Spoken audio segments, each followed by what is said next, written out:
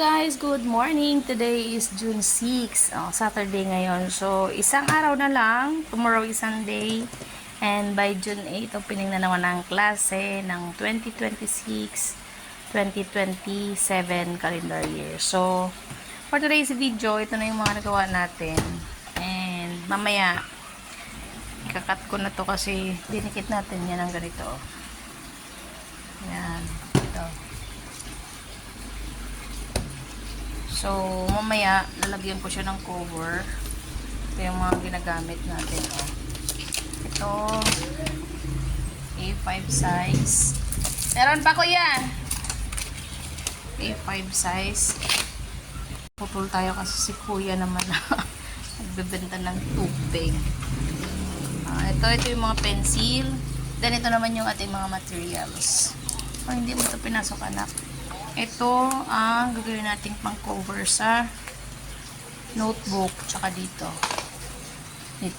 So ayan, mga phototap, tapos stickers, ay sublimation para yan sa damit. Ayan, lamination called phototap din ito. Yung mga phototap kasi sabi ko sa inyo may mga number yan. Ito number 1, number 10. Tapos may mga design yan. Ito holographic, may mga tignan nyo, may mga star. Makintab. Ito, makintab din siya, pero wala siyang design. Purely, ano lang siya. Makintab. So, sticker, matte sticker. Ayan, mga TF yan. Ito, dudumihan ito, anak. Pasok natin dun sa loob. Ito yung ating pang scrap, pang ganyan. Para pantay yung paglagay mo.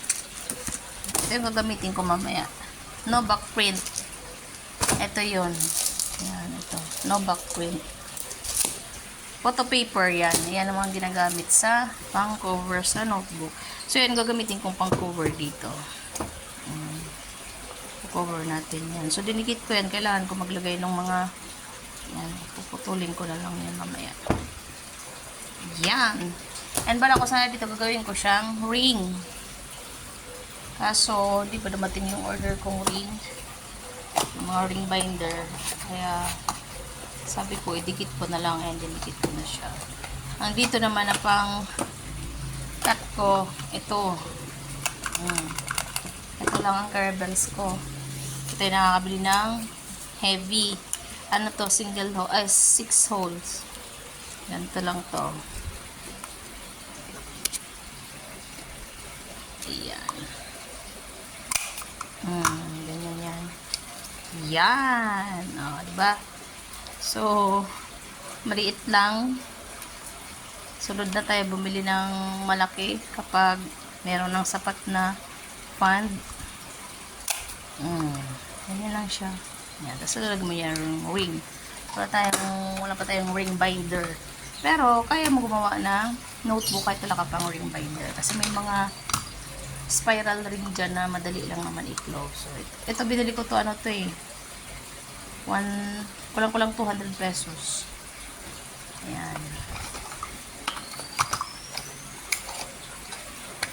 Ito yung ating mga materials. Ito yung pinapang clip ko naman sa notebook.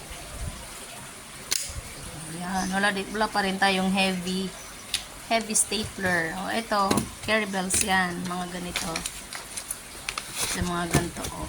Yan. Ipapasok mo lang yan dyan. Ayan. I-stapler mo na yan. Ipapasok mo lang yan dyan. Tapos i-stapler mo. Diba?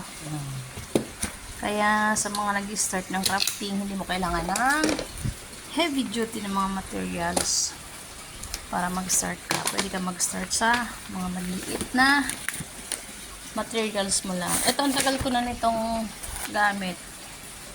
Meron pa siyang ganyan, ano na ata. Tagpas 1 year na. So, ito naman, binili ko to. Ano na siya, A5 size na siya. So, hindi na ako magkakat. Half ito ng A4. Kasi ginagamit ko yan sa ganito. Ito, ang papel nito yung manipis lang. Pero kagawa pa ako ng yung white na bond paper, yung makapal, para maganda tignan. Diba? Ito yung mga pencil. Meron pa. Tapos itong crayons, pinapalagyan pa ni Baby Love ng name. Per ganito.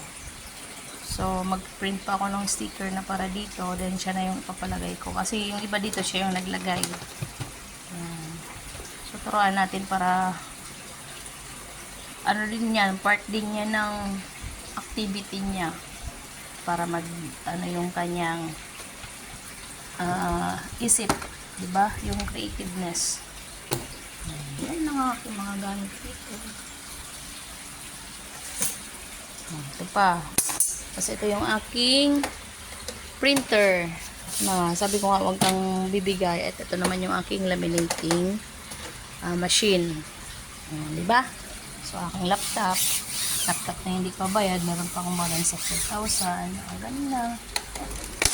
Diba? So, that's all for today's video. Sana patuloy niyo supportan ang mga video kahit ito ay mga raw vlogs lang. Thank you and good morning.